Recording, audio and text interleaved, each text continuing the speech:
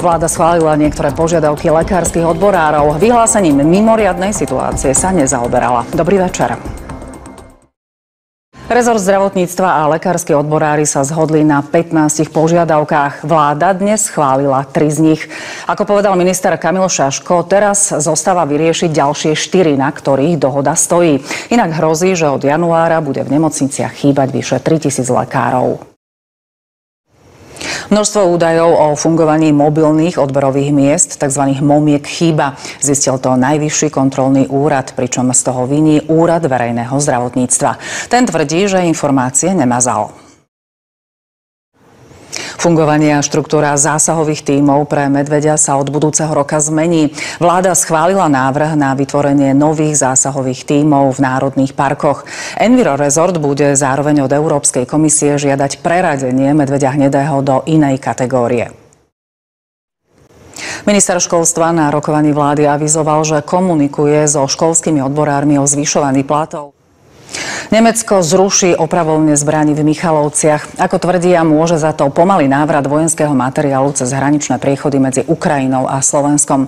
Podľa ministra obrany odchod Nemcov neovplyvní negatívne náš zbrojársky priemysel.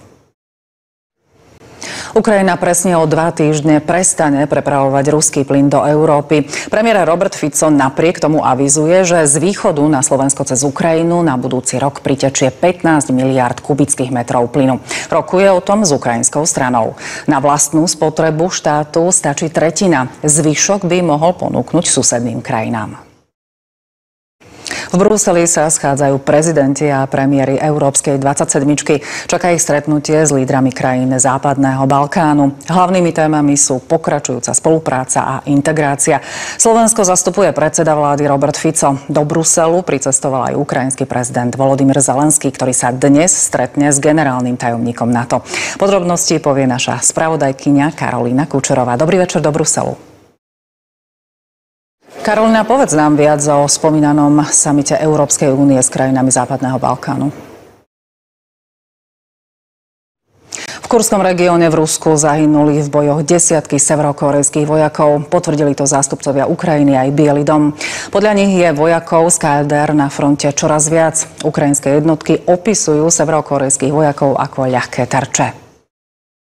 V Moskve zadržali podozrivého z vraždy ruského generála Igora Kirilova a jeho asistenta. Ide o obyvateľa Uzbekistanu. Podľa ruskej tajnej služby sa priznal, že do elektrickej kolobežky pred budovou, kde generál býval, nastrážil bombu. Rusko v noci vyslalo na ukrajinské ciele 81 bezpilotných lietadiel. Podvodníci opäť posielajú falošné správy. Tentoraz píšu v e-mailoch a SMS-kách o nároku na vrátenie daní. Za vyplnenie formulára sľubujú pripísanie peňazí na účet.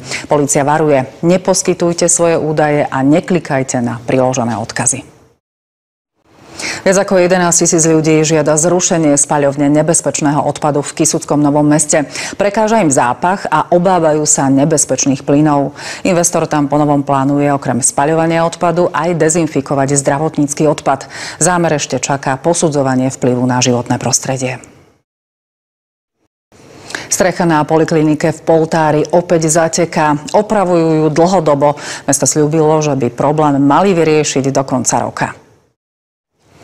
Aká bola tohtoročná jeseň? Hodnotil to Slovenský hydrometeorologický ústav. Najskôr bolo horúco a sucho, potom prišli najmä v západnej časti krajiny výdatné zrážky a povodne. November bol najchladnejší za uplynulých 13 rokov. Český parlament umožní Ukrajincom získavať dlhodobý pobyt. Novelu zákona, ktorá to mení, doplnili 2 pozmeňovacie návrhy. Prvý zavádza nový trestný čin vyzvedačstva, druhý sprísňuje získanie českého občianstva pre Rusov. Václav Havel by mal 88 rokov. Významný český dramatik, disident a prvý prezident Českej republiky. Ešte pred Štedrým dňom sa niektorým rodinám v Košiciach splní sen. Organizácia Úsmev ako dar odovzdala prvý zo zrekonštruovaných sociálnych nájomných bytov. Organizácia ich dostala do dlhodobého nájmu od mesta. Do pomoci núdznym sa zapojili veriaci v kostole. Vďaka ním si viac ako 100 rodín nájde pod stromčekom aspoň nejaký darček. Výzvu na pomoc organizovali trnavskí františkáni spolu s charitou. Mená ľudí s ich prianiami napísali na zoznam. Banskobystrický kraj musel obmedziť dopravu na ďalšom moste. Nachádza sa na strategicky významnej ceste medzi Žiarom nad Hronom a Zvolanom. Ak by ho úplne uzavreli, ľuďom v okolitých obciach by to výrazne skomplikovalo život. Pre psy v útulku originálne pelechy z pneumatík vyrobili študenti zo strednej odbornej školy v Strážskom. Okrem toho pre nich aj napiekli. Komentáre dňa na 24 sa dnes venujú okolnostiam žaloby, ktorú Európska komisia podala na Slovensko. A to za to, že sa u nás primerane nečistia komunálne odpadové vody. Pozvanie prijali minister životného prostredia Tomáš Taraba a poslanec Národnej rady Michal Sabo. Na jednotke večera detektívka z francúzskeho cyklu Vraždy v Ramatu, ale v dokumentárnych filmoch Na dvojke spomienky na herecké legendy Ivana Mistríka a Ivana Palúcha. Prežite príjemný večer a dovidenia.